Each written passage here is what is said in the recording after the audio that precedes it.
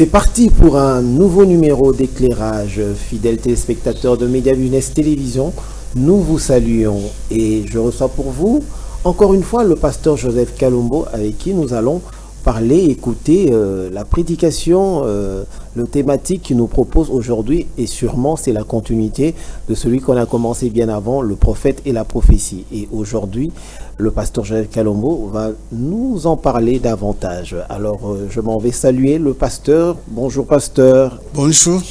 C'est toujours un plaisir de vous recevoir sur ce plateau. Vous nous apportez de la lumière dans cette émission que nous appelons Éclairage. Et aujourd'hui, sûrement, nous continuons avec le prophète et la prophétie comme thème. Tout à fait. Nous continuons avec le prophète et la prophétie. Alors, puisque le temps court dans cette émission, quand le pasteur se met à nous enseigner, à nous parler de la Bible, ça va trop vite et nous n'allons pas trop perdre le temps. Alors, pasteur, vous nous conduisez dans une courte prière et nous allons plonger dans le vif du sujet. Nous demandons aux bien-aimés qui sont éparpillés à travers le monde de prendre la position de la prière. Nous allons prier parce que ce n'est pas notre parole, c'est la parole du Seigneur. Nous voulons l'inviter. Mon Seigneur, c'est toi qui es au-dessus de toutes choses. La Bible déclare que les hommes ont parlé de ta part, mais poussés par l'Esprit de Dieu. Nous voulons que cet Esprit puisse nous habiter, afin que nous puissions annoncer ta parole, soit avec nous du début jusqu'à la fin. Nous t'avons ainsi prié au nom du Seigneur Jésus-Christ. Amen. Amen. Ce n'est pas la parole du pasteur Joseph Kalombo, c'est la parole de l'Éternel sur la Bible. C'est écrit sur la Bible. Alors tout ce que le pasteur va nous dire aujourd'hui, je vous invite à voir la Bible à côté, un carnet à côté, un stylo pour vérifier. Et bien évidemment, vous pouvez toujours intervenir dans cette émission en nous écrivant sur le numéro qui est affiché. Alors pasteur Joseph Kalombo, nous vous écoutons. Et nous sommes pratiquement dans notre grand thème intitulé Le prophète et la prophétie. Nous avons parlé tout d'abord du prophète, nous avons étayé ça en long et en large. Pour le moment, nous sommes dans la partie qui concerne la prophétie. La prophétie, nous avons préparé ça à 3 temps. Le premier temps, c'était le passé. Nous avons déjà parlé de ça en long et en large. Nous avons parlé aussi du présent pour dire que non, nous devons absolument avoir le Saint-Esprit qui est une grande prophétie, une grande promesse que le Seigneur nous avons léguée et nous devons absolument chercher par tous les moyens pour posséder l'Esprit du Seigneur qui constitue l'une, n'est-ce pas, des prophéties de notre temps. Et nous sommes maintenant dans la 3e partie qui est vaste, c'est l'avenir. L'avenir, nous avons dit que ce qui est plus important, ce que nous attendons nous tous, c'est l'enlèvement de l'Église. Dans d'autres termes, c'est la rencontre de l'épouse avec l'époux. Nous avons déjà commencé cette partie en disant, nous avons renvoyé le bien-aimé d'aller lire le livre de Matthieu 25, 1 jusqu'à 6, parce qu'on est en train de comparer le royaume des cieux comme à 10 vierges. La Bible nous dit qu'il y en a 5 qui sont vierges, qui sont sages. Il y en a les autres qui sont aussi vierges, mais qui sont folles. Ici, c'est au milieu de la nuit. C'est ce que la Bible est en train de nous dire. Nous ne sommes pas en train d'épiloguer en l'air, mais notre soubassement, c'est la Bible. Ce sont les Écritures saintes. Dans les Écritures saintes, on nous dit, c'est au milieu de la nuit qu'on va crier, voici l'époux.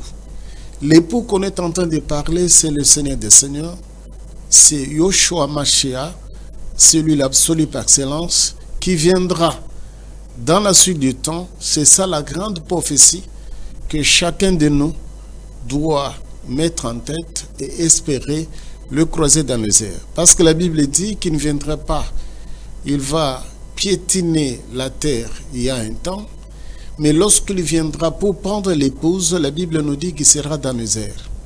Là, il faut le rejoindre dans les airs pour qu'il puisse nous conduire directement dans la chambre royale.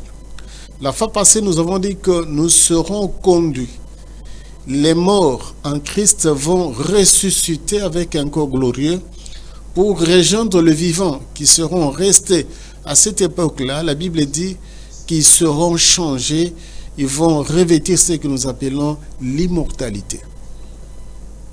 Et la Bible nous dit qu'après, le Christ va organiser le festin des noces de l'agneau. Nous avons parlé de ça en long et en large, parce qu'il y en a deux. Il y a le festin des noces de l'agneau, il y a le festin de Dieu. Les noces de l'agneau, ce sont les humains, ce sont les bien-aimés du Seigneur, ses invités et l'épouse qui vont fêter dans les airs, qui vont fêter, n'est-ce pas, dans la chambre royale.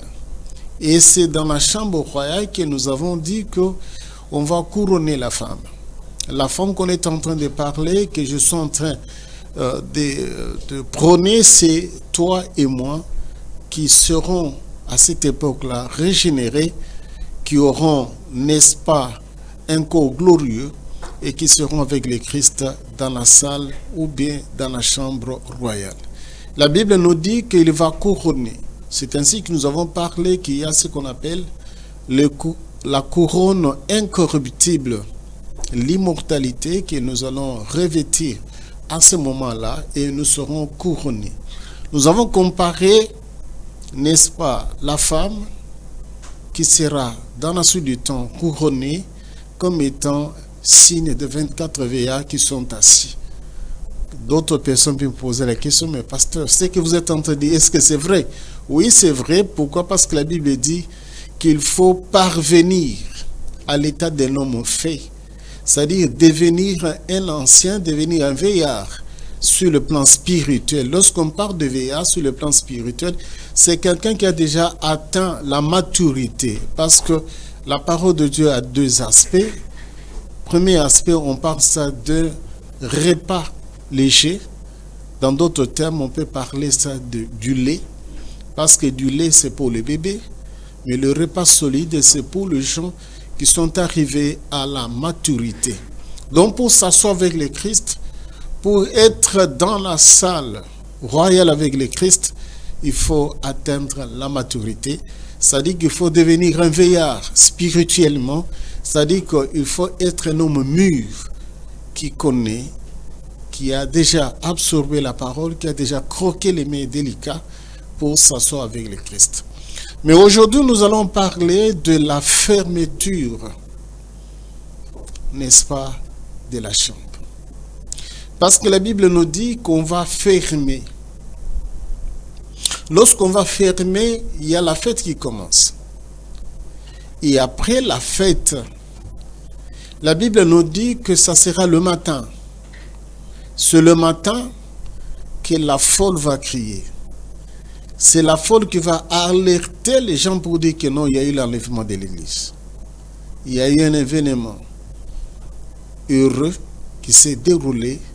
Les bien-aimés sont déjà dans la félicité. Ils sont ensemble avec le Christ. Bien-aimés, c'est pour cela qu'ils sont en train de dire qu'il ne faut pas être dans la catégorie des folles. Le folle ici que nous sommes en train de parler, c'est la catégorie des gens qui sont dans le Seigneur, qui connaissent le Seigneur, mais qui sont charnels. Ici, je voulais ouvrir une parenthèse, parce qu'il y en a trois catégories. Il y a ce que nous appelons un homme naturel ou bien un homme animal. Celui qui se promène, il ne se soucie pas, n'est-ce pas, de son état, parce qu'un animal, il ne sait pas de quelle manière il va passer la journée, comment il va se réveiller, comment il va dormir. C'est pour cela qu'on est en train de typifier un tel homme comme étant un homme animal. Mais il y a celui que nous sommes en train de parler, l'homme charnel. Aujourd'hui, nous allons mettre beaucoup l'accent sur l'homme charnel, c'est-à-dire la folle. L'homme charnel, c'est-à-dire qu'il connaît les choses de Dieu, mais les désirs de la chair l'emportent. Il connaît les désirs, il connaît la parole de Dieu, il connaît que Dieu interdit telle pratique, mais à cause de la chair l'emporte.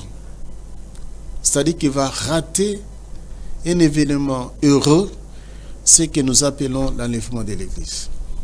C'est la catégorie des folles. Parce que la Bible nous dit que c'est au milieu de la nuit qu'on va crier, voici l'époux. Les autres vont entrer et la chambre sera fermée. Par contre, les autres vont revenir avec d'huile dans des vases. Ils vont demander pour qu'on puisse ouvrir, ça sera trop tard. Bien-aimés, je suis en train d'attirer votre attention parce que nous sommes en train de parler de la prophétie, le futur.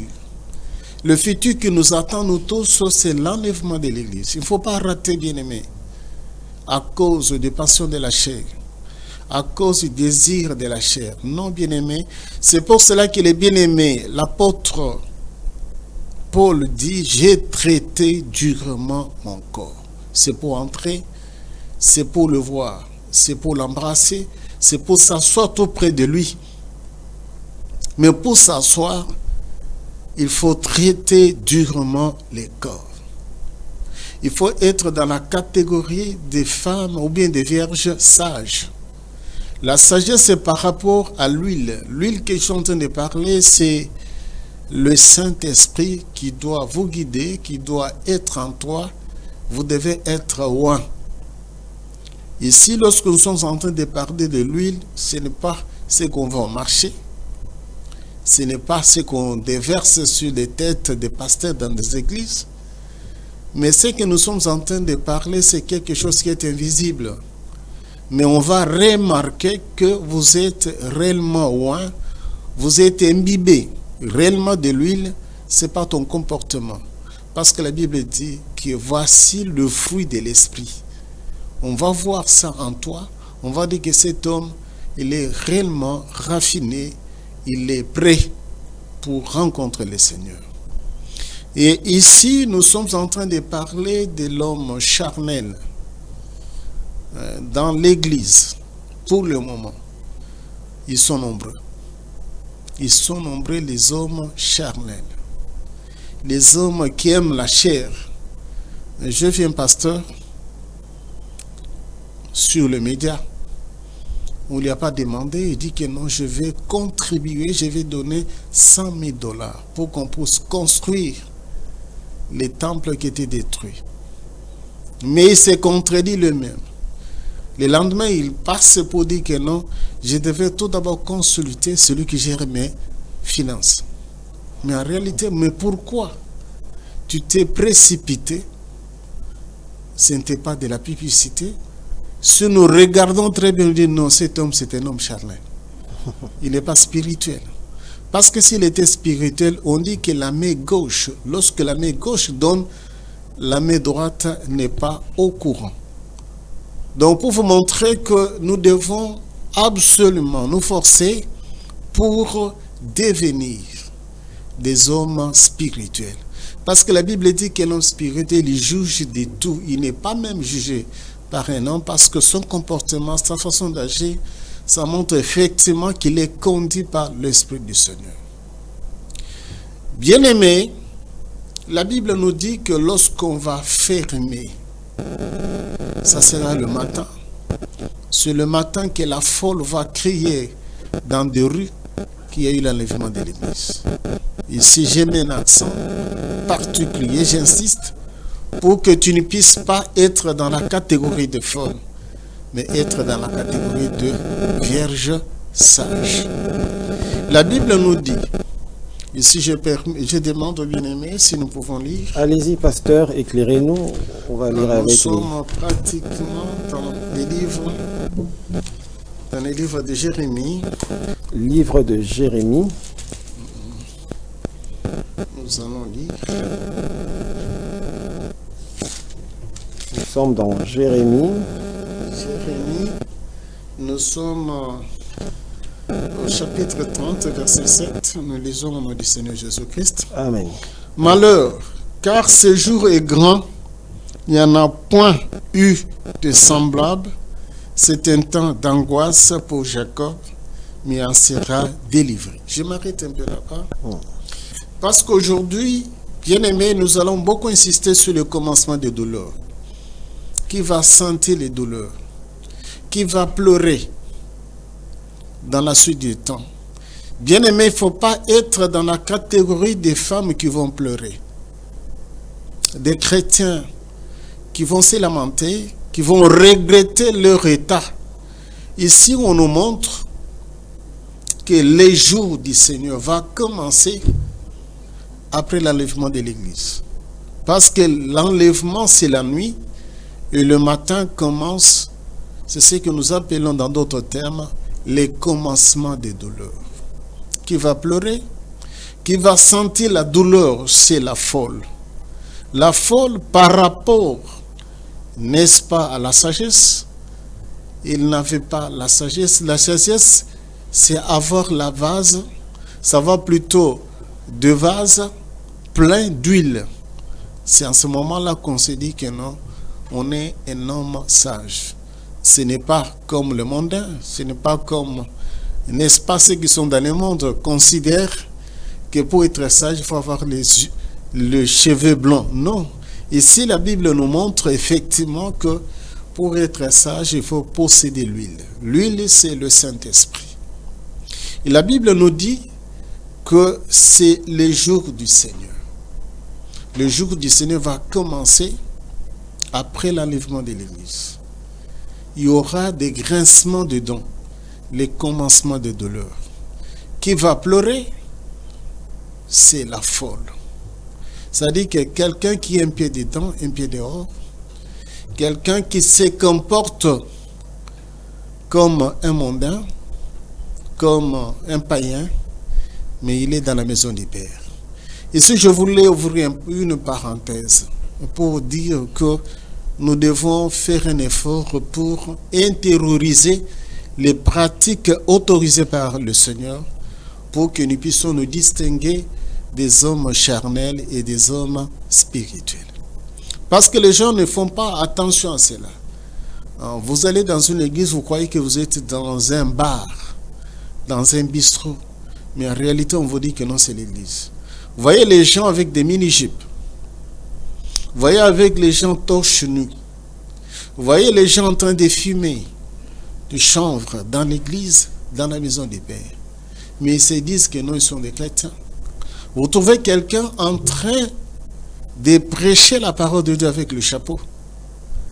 Il se dit que non, il est un homme de Dieu. Mais en réalité, si vous suivez très bien, c'est un homme charnel. Il ne comprend pas ce qu'il est en train de faire. Et vous trouvez même des femmes dans l'église qui ne sont pas voilées, en pleine réunion. Or que la Bible dit qu'il faut que la femme puisse se voiler. C'est ça la parole de Dieu. Les gens ont la démangeaison de ne pas écouter la bonne parole. C'est ça ce qui caractérise l'homme charnel.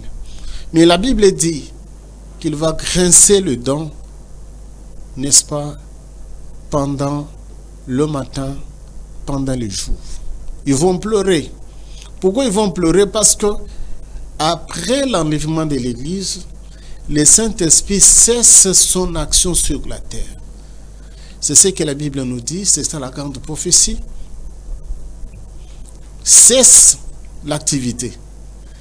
Alors, lorsqu'on vous dit que le Saint-Esprit cesse de faire du travail sur terre, parce que c'est le Saint-Esprit qui convainc même quelqu'un d'abandonner les actes ignominieux et d'embrasser le Christ. Mais lorsque le Saint-Esprit cesse de faire du travail, les hommes deviennent complètement des animaux. Ils commencent à se comporter comme un animal. Parce qu'un animal, il n'a pas le respect pour dire que non, ça c'est ma tante. Celui-ci, c'est mon oncle. Donc, mais la Bible nous montre que nous sommes vers le soir. Le soir, il y a des choses horribles.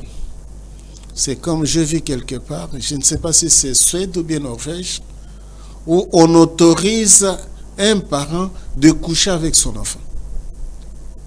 Et il y a des lois que les gens votent. C'est parce qu'ils sont devenus des animaux.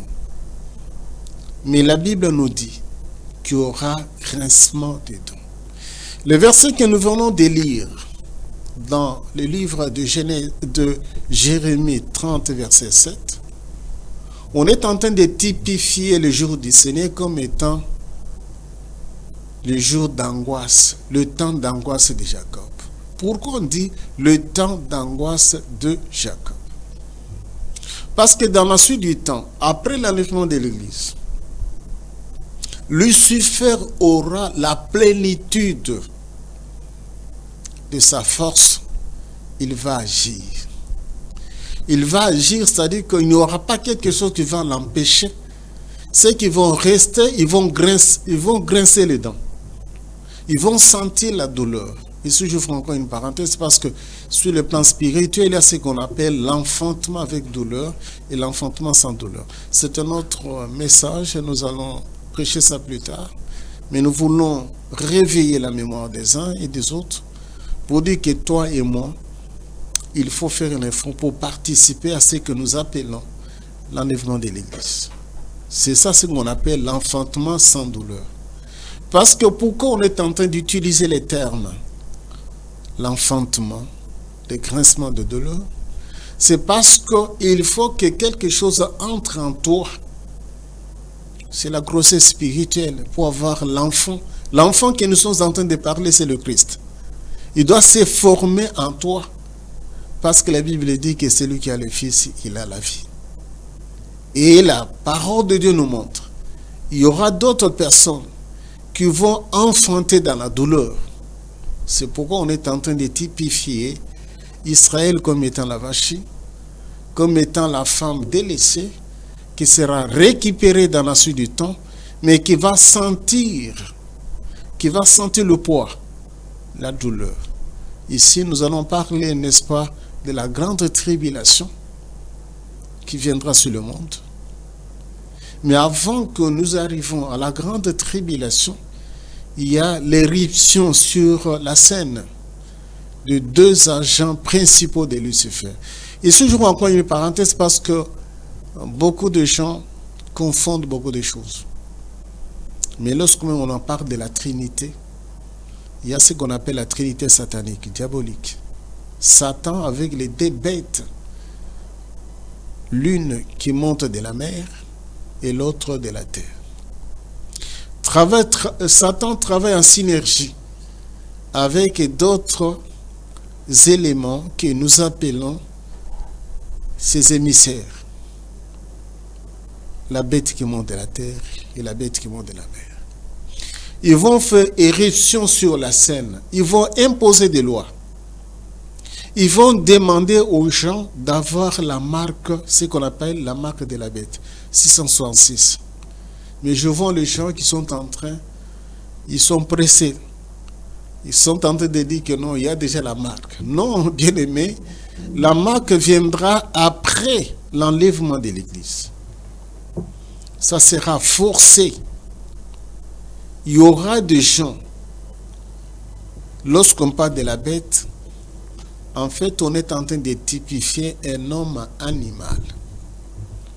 Ce n'est pas une bête comme telle, ce n'est pas un animal géologique, mais en réalité, ce sont des gens, des personnes qui ne possèdent pas l'Esprit du Seigneur, qui n'ont pas en eux même la parole de Dieu. C'est pour cela qu'on est en train de les typifier comme étant des animaux. Ne sois pas étonné que quelqu'un puisse te dire que non, lorsque j'étais en train de prier, je vis un animal qui te ressemblait. Non, effectivement, lorsque tu n'as pas l'Esprit de Dieu, tu es un animal. L'animal, ce n'est pas pour rien que Satan, tous ceux qui sont dans le monde des ténèbres, sont identifiés par des totems. C'est pour cela qu'il y a aussi des totems sur le plan spirituel qui symbolisent quelque chose. Mais ici, on nous montre, on dit qu'il y aura des émissaires de Lucifer qui vont faire éruption sur la scène, qui vont faire en sorte que les gens qui vont rester puissent sentir l'amertume. C'est pour cela qu'ils sont en train de te dire, bien-aimé, de t'efforcer, de chercher le Seigneur, tant qu'il y est encore fort avec la force. Chercher le Seigneur de toute ta force. Parce que la Bible nous dit qu'il y a un temps qu'il a déjà préparé. C'est pourquoi nous parlons de la prophétie. Il a déjà préparé un temps de malheur qui viendra sur le monde Ici, nous sommes en train de parler de Jacob. Dans le livre de Jérémie, Jacob qu'on est en train de parler ici, c'est Israël, qui est typifié par Jacob, qui passera par les tranchées de l'épée, qui va sentir la douleur, parce que c'est Israël qui avait réfuté l'absolu de Dieu, Yoshua Mashiach, qui était venu en chair en os pour les délivrer. Parce que la Bible nous dit qu'il y a eu une femme qui dit, non, Seigneur, même de petits chiens ramassent même des miettes, et dit, non, je suis venu rien que pour la maison d'Israël, pour les brebis égarées d'Israël. Mais la Bible nous dit qu'il est venu vers ses siens et les siens n'ont pas reçu. À tous ceux qui l'ont reçu, il nous a donné le droit de devenir les enfants de Dieu. Donc ici, nous sommes en train d'insister, de sonner l'alarme pour que les gens puissent, n'est-ce pas, s'approprier, n'est-ce pas, la notion de Christ, de mettre Christ dans leur vie, qu'il soit boussole, qu'il soit la balance pour eux, pour bien, n'est-ce pas, marcher sur terre. Parce que c'est le Christ qui nous éclaire, c'est lui la lampe, c'est lui la lumière par excellence. Quelque part, on dit que c'est lui le soleil levant, le soleil de la justice. La Bible nous dit qu'après l'enlèvement de l'Église, c'est ça la grande prophétie, il y aura la grande tribulation. Les gens seront dans les amours. Les gens seront tourmentés. Les gens seront flagellés par l'ennemi. Parce que la Bible nous montre qu'il y aura ce que nous appelons l'ouverture des sceaux. Il y aura un cheval blanc. La Bible dit que celui qui est monté sur le cheval, il va pour vaincre. Ça dit qu'après l'enlèvement de l'Église, tu peux crier au nom de Jésus-Christ, il n'y aura rien. Les démons vont prendre l'ascendance sur ceux qui vont rester. Et je suis en train de préciser très bien, ceux qui vont rester, ils sont considérés comme étant des folles. Pourquoi? Parce qu'ils avaient le temps de se ressaisir. Mais non, ils n'ont pas fait. C'est pourquoi la Bible dit qu'ils vont sentir la douleur. C'est pourquoi on est en train de parler le temps d'angoisse. Nous voulons lire. Allez-y, pasteur. Éclairez-nous. Oui. Nous voulons lire avec le bien-aimé. Nous sommes pratiquement dans les livres d'Apocalypse 13. Apocalypse 13. Je vais lire.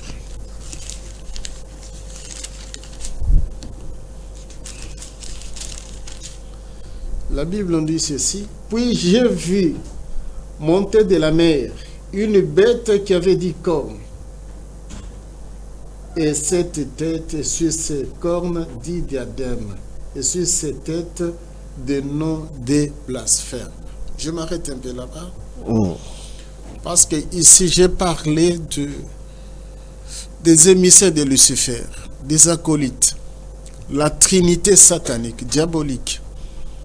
Il va opérer en synergie avec, n'est-ce pas, des éléments clés, des hommes clés. Ce sont des personnes. Mais ici, on est en train de les typifier comme étant des animaux, des bêtes. Des bêtes, pourquoi? Parce qu'ils sont cruels. Ils sont là pour tuer. J'étais en train de partager avec quelqu'un. Je lui disais que même dans le monde des ténèbres, il y a la catégorisation. Ce n'est pas tous les esprits qui ont la même nature, non. La Bible vous dit dans Ephésiens 6, verset 12, qu'il y a des principautés, il y a des dominations, et il y a aussi des esprits méchants. Donc, dans le monde, dans l'autre côté, il y a, n'est-ce pas, des hommes, des êtres qui vont travailler en synergie avec Lucifer, mais qui sont considérés comme étant des bêtes. La bête. Bien aimé, il ne faut pas être une bête. Il ne faut pas espérer rester sous l'influence des bêtes. Non. C'est pour cela qu'il faut se ressaisir pour le moment, prendre position, aimer le Christ, désirer le voir, participer à l'élèvement de l'Église et non rester sur terre. Parce qu'il y a des gens qui aiment la terre, qui aiment réellement la terre. Alors vous allez rester. Ici, le Seigneur nous prévient, nous dit que c'est ça la prophétie qui va se réaliser dans le futur. Il y aura une bête qui vient de la mer. La mer ici, c'est un langage imagé, un langage codé. Les gens qui vivent dans les désordres, ils sont considérés comme ils sont dans l'océan, ils sont dans les mers. Ce sont les peuples qui vivent d'une façon désordonnée. Mais il y a quelqu'un qui va les chapeauter. Regarde même pour le moment. La nature nous enseigne. Hein? Il y a un pays qu'on est en train d'appeler la Russie. Il y a un autre pays qu'on est en train de parler, l'Ukraine. Vous voyez quelqu'un qui se réveille le matin. Il décide que non, je dois prendre, n'est-ce pas, ces territoires-là. Ils seront sous ma responsabilité. Par la force. Il décide de commencer à tuer les êtres humains. Uniquement pour les dominer. Bien aimé, c'est ce qui va se passer dans la suite du temps. Où il y aura des hommes cruels qui vont aimer à dominer les autres. Je suis en République démocratique du Congo. Dans mon pays, il y a un autre pays qui nous a envahis. Vous posez la question de dire non, on avait mal partagé et tout ça, on veut revenir. Donc, vous sentez que c'est un animal. Pour lui, il n'y a pas de remords. Il faut tuer. Lorsqu'on tue, on prend des minéraux. Bien aimé, ce sont des petits diablotins, mais dans la suite du temps, ça va se faire sur toute la surface de la terre. C'est ce que la Bible est en train de nous dire. Cette bête, c'est un dictateur mondial qui va, n'est-ce pas, coiffer tous les pays. Il sera un véritable, n'est-ce pas, roi sur la terre, qui va infliger des sanctions. Si vous lisez l'entièreté, parce que nous n'avons pas tellement beaucoup de temps, si vous lisez l'entièreté de l'Apocalypse 13, vous allez sentir effectivement que non, c'est un animal. Un animal qui va agir, n'est-ce pas, rien que pour asseoir sa suprématie, sa domination, il va tuer pas mal de gens. Et la Bible dit, pour acheter, pour vendre, il faut avoir la marque de la bête. Il va exiger. J'ai lu, je sais qu'il y en a aussi d'autres personnes qui ont étudié l'histoire et la préhistoire. Ils savent qu'il y a eu des religions, je ne veux pas citer les noms, nous sommes sur les médias, qui ont conquis des fidèles rien que par la force. Les imposer, les maltraiter, pour asseoir leur hégémonie. Mais la Bible nous dit que dans la suite du temps, après l'enlèvement de l'Église, il y aura de telles scènes qui vont se dérouler. Parce que les gens, pour le moment, ils croient. Je vis une église, je ne veux pas citer leur nom. Vous sentez que les gens sont aliénés. Les gens ne comprennent, mais ils ne sont pas libres. Ils gobent, ils acceptent les choses impossibles. Vous voyez quelqu'un qui se dit qu'il est Dieu, et les gens l'adorent. Les gens sont tout autour de lui, ils disent non, voilà, Fumokinga. Mais non, en fait, vous êtes sous l'emprise de forces occultes, de forces maléfiques. Mais la Bible nous dit que dans la suite du temps, il va libérer cette énergie. Il va libérer ces esprits-là qui vont dominer les gens pour que les gens soient réellement à sa guise. Qu'ils les acceptent. S'ils n'acceptent pas, on va les flageller, on va les tuer, on va le faire beaucoup de choses. C'est pour cela que la Bible insiste, dit que c'est le temps d'angoisse. Dans d'autres termes, on parle du jour du Seigneur. Le jour du Seigneur, ça dit que c'est le moment où le Christ libère ces esprits-là pour qu'eux aussi puissent faire du travail. Pour qu'ils puissent maltraiter, n'est-ce pas, ceux qui n'avaient pas accepté totalement, complètement, n'est-ce pas, Yoshua Mashiach, qui vont souffrir. Parce que la Bible dit que je te garderai du temps de l'épreuve, de la tentation qui viendra sur le monde. Tu ne verras pas ça. La Bible nous dit, il compare la suite du temps comme étant le temps de Sodome et Gomorrhe. Avant que l'Éternel puisse décider de déverser sa colère sur la terre, il avait écarté l'autre. L'autre, il était à l'écart. Il était déjà sorti de la ville. Comme fut le cas avec aussi Noé, avant que le déluge puisse s'abattre sur le monde, Noé, il était déjà dans l'arche.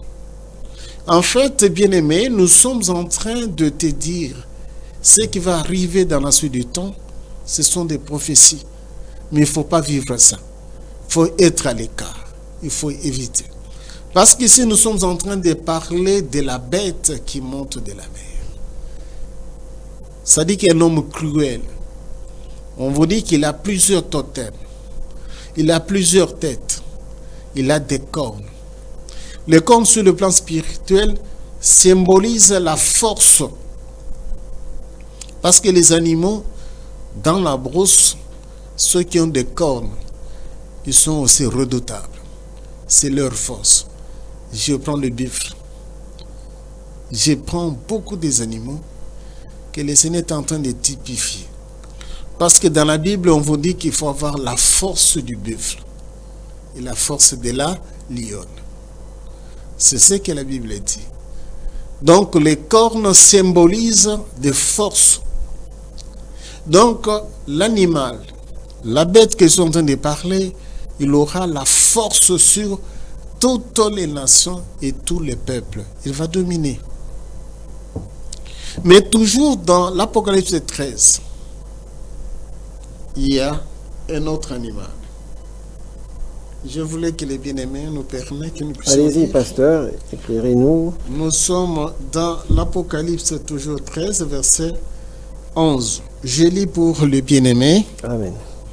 Puis j'ai vu monter de la terre une autre bête qui avait des cornes semblables à celui d'un agneau et qui parlait comme un dragon. Ici, je m'arrête. En fait, ici, on est en train de nous présenter des animaux. Là, il est typifié l'agneau. L'autre, on nous parle, c'est les dragons. Ici, je voulais commencer d'abord avec les dragons. Bien aimé, il y a nos amis, je dis nos amis parce que nous sommes des humains. Ce sont les Chinois. Les Chinois vénèrent ce que nous appelons les dragons. Chez eux, il y a ce qu'on appelle la fête des dragons. Ils tournent beaucoup de films autour de la fureur des dragons, les dragons, tout ça. Mais en fait, les dragons qu'on est en train de présenter, c'est un animal. Un animal, en lui, il possède le feu. En lui, il possède beaucoup de choses qui ne sont pas du tout normales. Mais cet animal, si vous rentrez, vous lisez l'Apocalypse 12, on vous dit que le serpent ancien, autrefois, il est aussi appelé dragon. Donc c'est le totem de Lucifer. C'est pourquoi on ne se trompe pas lorsque nous sommes en train de dire que c'est la trinité diabolique ou bien satanique. Mais c'est lui qui va donner le pouvoir à la deuxième bête. Mais on dit que cette deuxième bête, elle est comme un agneau. En fait, les deux animaux, celui qui monte de la mer, c'est le pouvoir politique. Celui qui monte de la terre, c'est le pouvoir religieux. En fait, si vous voyez, j'ai suivi un pasteur là, il est en train de dire aux autres que ce sont des lépreux. Et j'ai vu aussi les autres qui sont en train aussi de répliquer. En fait, c'est parce que tous les deux camps, ils ne comprennent pas très bien la parole de Dieu. Parce que la parole de Dieu nous montre qu'il y a la bête politique qui s'intéresse aux choses du monde, qui veut la domination du monde. Et de l'autre côté, il y a aussi une bête politique religieuse. Une bête religieuse. Ici, je voulais dire quoi? Si vous voyez une église qui marche ensemble avec l'État, c'est la symbiose, c'est la trinité satanique. Ah bon? Pourquoi? Parce que la Bible nous montre que le monde ne peut pas marcher avec les choses divines. Non. Ça, c'est lui-même, Yoshua Mashiach, qui dit, voici le prince de ce monde, il vient. Mais il n'y a rien de lui à moi. Si vous voyez des hommes politiques qui veulent réellement s'accrocher aux choses du monde, à la gestion de la cité, ça dit qu'en eux, il n'y a pas la parole de Dieu. En eux, ils sont vides, ils sont charnels. Parce que la Bible nous dit que cette bête, dans la suite du temps, va travailler en synergie avec la bête qui monte de la mer. C'est la trinité satanique. Je m'en vais plus loin. Si vous allez lire, vous allez voir que les deux bêtes ici seront à la fin du temps incarcérées. On va les arrêter. Parce que ce sont des émissaires de Lucifer. Lucifer travaille avec la branche politique et la branche religieuse. Et la plupart, parce que les gens ne comprennent pas très bien. Si vous voyez une église qui s'est mise dans les affaires de l'État, c'est très dangereux. Vous voyez un homme de Dieu qui se dit que non, il est un homme de Dieu, mais qui veut devenir ministre sur terre. Et pourtant, Dieu t'a institué en tant que ministre de son royaume. Bien aimé, je prends le cas seulement de le prophète que je respecte beaucoup. C'est le prophète Élie. La Bible dit qu'il était en désaccord avec le roi Akab. Pourquoi? Parce que le roi Akab amenait les gens à adorer, n'est-ce pas, les dieux faits par les mains des hommes. Ils adoraient la multiplicité, n'est-ce pas, de petits dieux en Israël. Il était contre de ça. Et il montrait à Akab que vous êtes en marge de la parole de Dieu. C'est ça le travail de l'homme de Dieu, c'est de conseiller ceux qui dirigent. Et non de s'immiscer. Et non de devenir aussi des acteurs. Non. Mais lorsque vous voyez des hommes de Dieu qui veulent devenir des acteurs politiques, mais finalement c'est grave. C'est-à-dire que ce ne sont pas des hommes de Dieu. Ils travaillent pour Lucifer, ces gens-là. Ce ne sont pas des hommes de Dieu. Hein? Ils travaillent pour Lucifer. C'est ce que nous entendons de nous montrer, cette bête ici. On dit, il est comme un agneau. Il est comme un souverain sacrifié. Mais en réalité, c'est un dragon. Il y a les gens le croient que non, ce sont des hommes de Dieu parce qu'ils portent des robes. Parce qu'ils portent de col pastoral. Mais en réalité, en eux, c'est Satan qui est en train d'œuvrer. Ce n'est pas Dieu. On dit qu'on reconnaîtra par les œuvres, par le fruit. Donc, pour vous montrer que, bien aimé, après l'enlèvement de l'Église, Satan va changer de position. Parce que pour le moment, il est en train de se cacher. Vous allez trouver des églises où on vous dit que non, nous prions Dieu, mais en réalité, ils ne prient pas Dieu. Ils prient autre chose. Mais après l'enlèvement de l'Église, ils vont jeter les manteaux. Ils vont se présenter effectivement que non, nous sommes là pour lui. C'est ce que nous appelons la Trinité satanique, diabolique. Il va travailler avec la religion, il va travailler avec la politique pour asseoir son pouvoir sur terre. Parce que pour le moment, nous qui sommes sur terre, nous sommes en train de prier pour nos pays et il est troublé. Il y a d'autres pays où on a déjà imposé des lois diaboliques. On vous dit que pour qu'on puisse vous aider, vous devez être des gays, des homosexuels. Vous voyez d'autres présidents qui imposent à d'autres pays. Mais heureusement, c'est un peu difficile. Mais dans la suite du temps, bien aimé, ça va se dérouler, ça va se faire. Donc c'est pour cela que nous sommes en train de veiller la mémoire de plusieurs.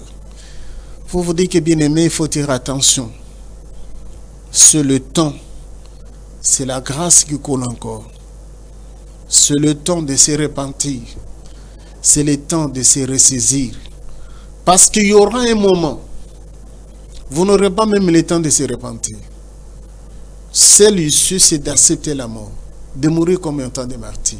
Et si j'aborde cet aspect que nous appelons la grande tribulation, ici on est en train de dire ça, on est en train de dire que j'ai vu les âmes sur les autels, en train de crier, les âmes qu'on avait décapitées. Pour le moment, tu peux accepter Christ sans problème. On ne te force pas, il n'y a pas le fouet, il n'y a pas l'arme. Mais dans la suite du temps, après l'enlèvement de l'Église, il y aura l'épée. Tu acceptes de mourir comme étant martyr. C'est ce que nous appelons la grande tribulation. La Bible va plus loin. Il dit, j'ai vu beaucoup des âmes sous l'autel, en train de crier, à quand la vengeance? Bien aimé, il ne faut pas faire partie de cette catégorie. Il faut se ressaisir. Il faut éviter ça. C'est pour cela que nous sommes en train d'insister, parce qu'il y a deux bêtes cruelles qui vont se déchaîner dans la suite du temps, qui auront la plénitude et la force. Même si tu cries au nom de Jésus-Christ, ce nom-là ne fera absolument rien. Mais pour le moment, c'est le nom qui est donné à tout homme, à tout peuple, pour être sauvé. Mais dans la suite du temps, Satan aura la plénitude. Ce n'est pas le biais de des animaux que j'ai entendu parler. Cette bête qui monte de la mer. La mer, j'ai expliqué, ce sont les peuples en désordre. Ce sont des nations. Vous voyez, il y a même des organismes, qu'on est en train de dire des organismes internationaux qui coiffent le monde. Mais si vous suivez très bien ces organismes, ce sont l'œuvre satanique. C'est le diable qui est là. Je prends seulement l'organisme qu'on est en train de parler, l'OMS. On a eu, n'est-ce pas, des maladies conçues, fabriquées dans les laboratoires pour tuer les gens. Nous parlons de coronavirus. C'était fabriqué dans les laboratoires. Les humains qui s'organisent pour éliminer les uns et les autres. En fait, vu le temps nous imparti, nous avons parlé aujourd'hui du futur. Nous avons parlé du matin, du jour, le jour du Seigneur. Ça fait partie de la grande prophétie. Parce que les gens vont grincer les dents, le commencement des douleurs. On va tuer. Il y aura, n'est-ce pas, des hommes qui vont diriger et la religion et le monde, mais avec un esprit, avec l'instinct des animaux. Ils vont tuer, ils vont torturer les gens. Donc c'est pour cela que nous sommes en train de vous demander de se repentir, de comprendre que la suite, elle n'est pas bonne, elle est mauvaise. Il faut se préparer, être auprès du Seigneur. Que mon Seigneur, qui est votre Seigneur, puisse nous bénir nous tous. Merci, Pasteur Joseph Kalombo. C'était tellement intéressant. Vous nous avez éclairé. Nous avons retenu que nous devons éviter d'être des hommes animaux. Nous devons certainement être des hommes spirituels.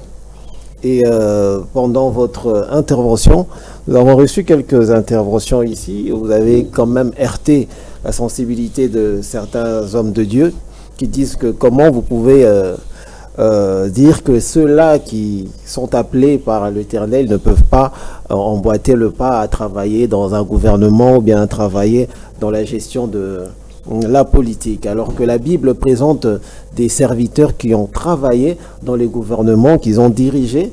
Et comment vous pouvez dire cela, pasteur Joseph Kalombo, si vous pouvez répondre à cela? Ils nous ont même présenté, il y a eu de noms, il y a eu David, Salomon, Josias, Ézéchias, Joseph, pour ne citer que cela. Comment vous dites ici, je voulais éclairer le bien-aimé. Je prends, parce que les gens ne comprennent pas très bien la parole de Dieu, il y a la confusion au niveau de la politique et la parole de Dieu. Ici, je voulais seulement donner un exemple. L'exemple que je suis en train de donner concerne des personnes. Chaque fois que je passe sur les médias, je fais toujours l'éloge de ces deux personnes-là. Il y a Joseph et il y a Daniel. Joseph, il n'a pas brigué les mandats. Il n'a pas cherché à être Premier ministre.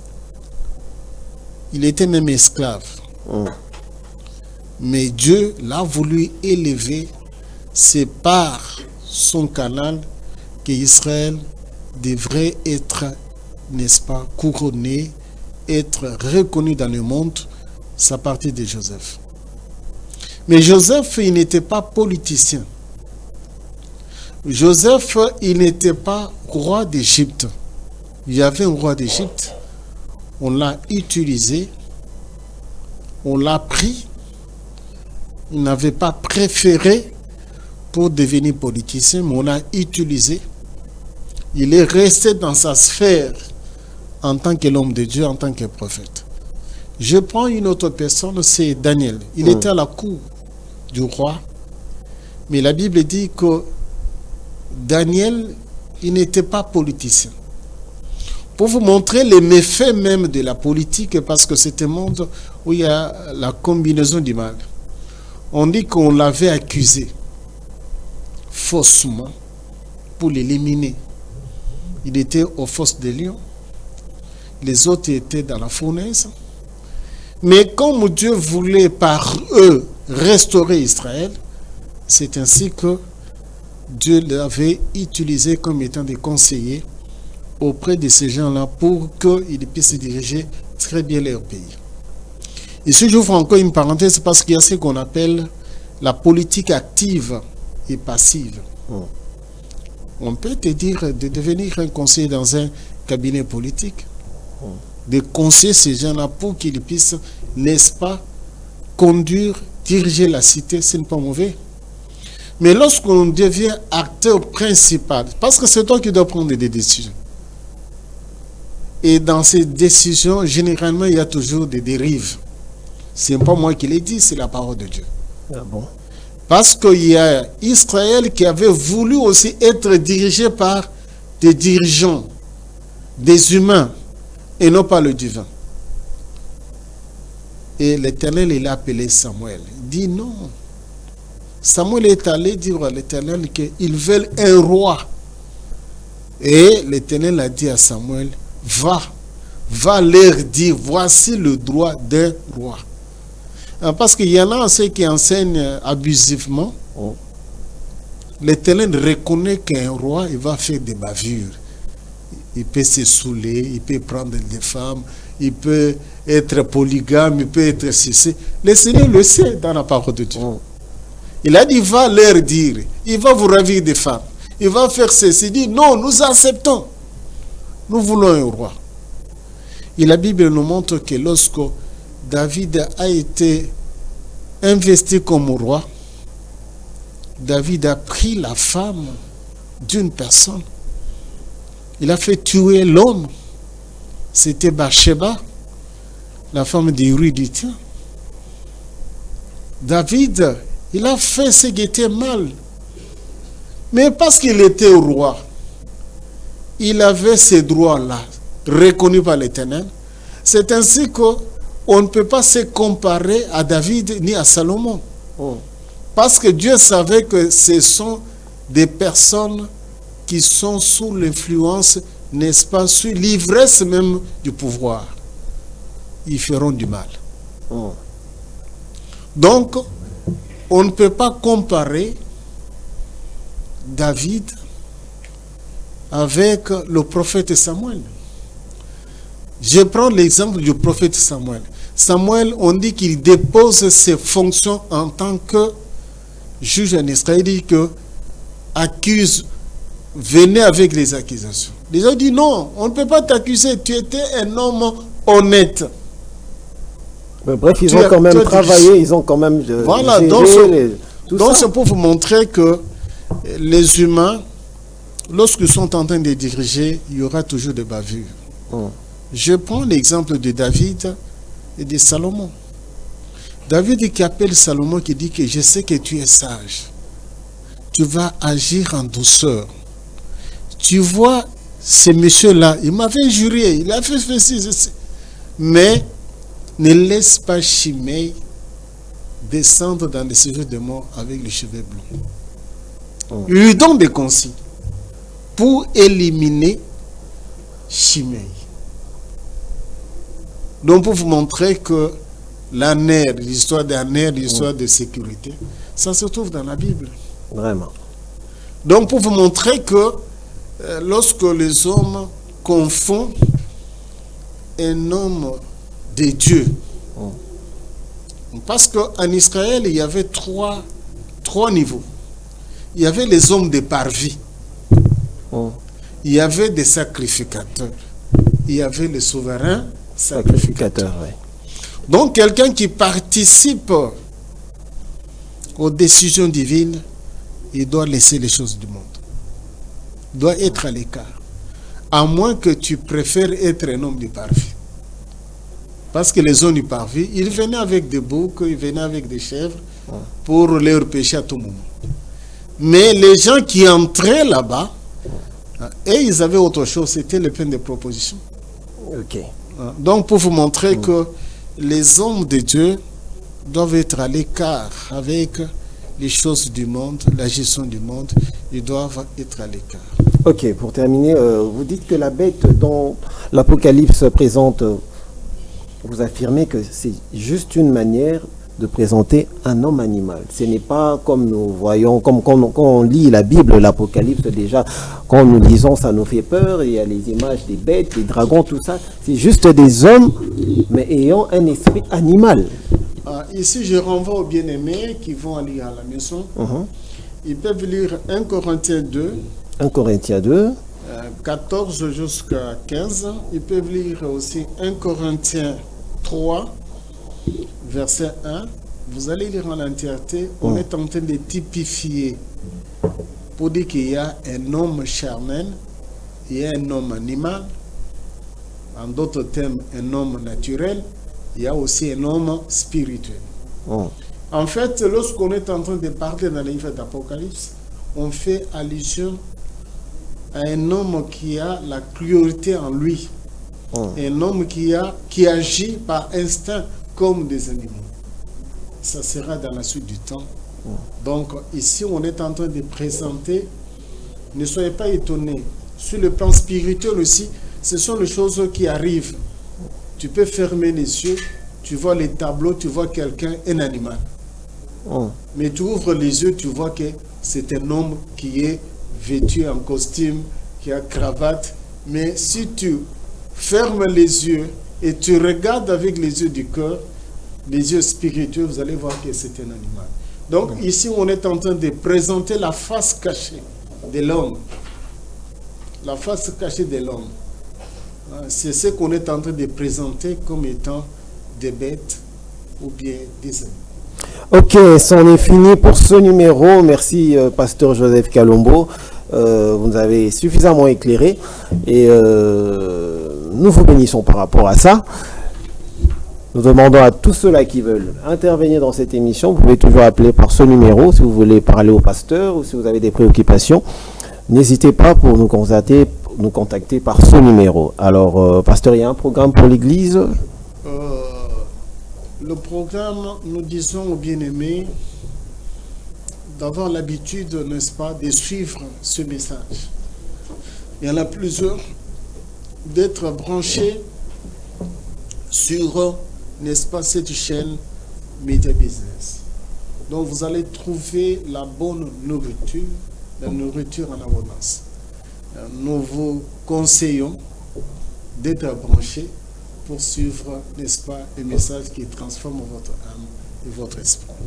Merci, pasteur. Restez branchés sur le programme de Media Business Télévision et on se retrouve au prochain numéro d'éclairage. Au revoir.